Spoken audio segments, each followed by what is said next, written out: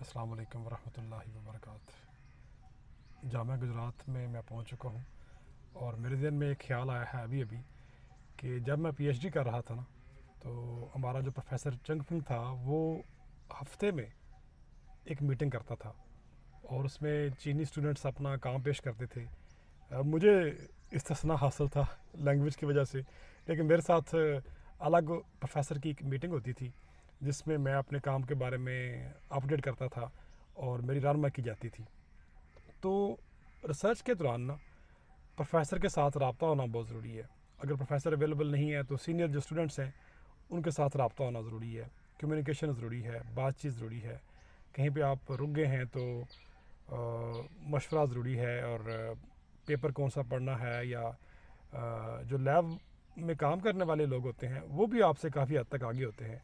उसकी वजह ये होती है कि चीनी तालिब इल्मों के दरमियान और प्रोफेसर के दरमियान कम्युनिकेशन गैप नहीं होता। चूँकि एक ज़बान में बात करते हैं तो बहुत सारी समझ फ़हम उन्हें हासिल हो जाती है एक ही मीटिंग में। हमारे जैसे जो बाहर से गए स्टूडेंट्स होते हैं उनके लिए मसाइल होते हैं। लैंग्वेज बैरियर, इंग्लिश उनकी कमज़ोर है, चीनी हमारी कमज़ोर है, तो लैंग्वेज बैरियर, और फिर वो ख्याल की तरसील नहीं हो पाती। लेकिन फिर भी अगर आप राब्ते में रहें ना प्रोफेसर के साथ, सीनियर स्टूडेंट्स के साथ, लैबमेट्स के साथ, तो आपका काम रुकेगा नहीं। आप चलते रहेंगे और आपको डिस्कशन के दौरान, बातचीत के दौरान समझ आती जाएगी। फिर आप जो पीयर रिव्यूड आर्टिकल्स होते हैं उनको भी देखते रहें, उन्होंने कैसे काम किया है। बहुत सारे आइडियाज़ आपको पीयर रिव्यूड आर्टिकल्स में से मिल जाते हैं। कुछ आपको पेपर रिव्यू करने के दौरान सीखने का मौका मिल जाता है। मतलब कुछ ऐसे सेमिनार्स भी होते हैं जो कि आपके जहन को खोल देते हैं।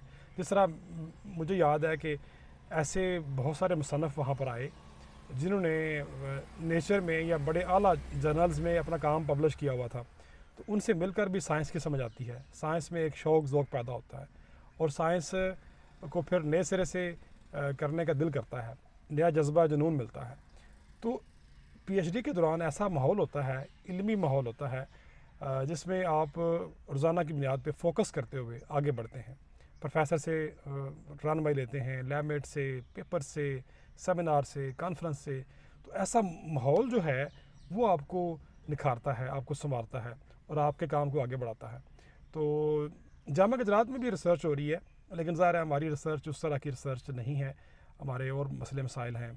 हमारे पास इक्विपमेंट की अदम दस्तयाबी है, हमारे पास प्रोफेसर्स क्लासों में मसरूफ़ हैं, हमारे पास प्रोफेसर घर के मामलात में मसरूफ़ हैं, हमारे पास प्रोफेसर सियासत में मसरूफ़ हैं, हमारे पास प्रोफेसर अपनी तरक्की के पीछे भाग रहे हैं, और तालिब इल्मों की पॉलिटिक्स अलग से है। तो बात लंबी हो रही है, फिर बात करेंगे। जामिया गुजरात का खूबसूरत नज़ारा देखें और हरियाली है। अल्लाह करे जहन में भी हरियाली आ जाए, ख्यालात में भी हरियाली आ जाए, और हमारी ज़िंदगी में भी हरियाली आ जाए। शुक्रिया।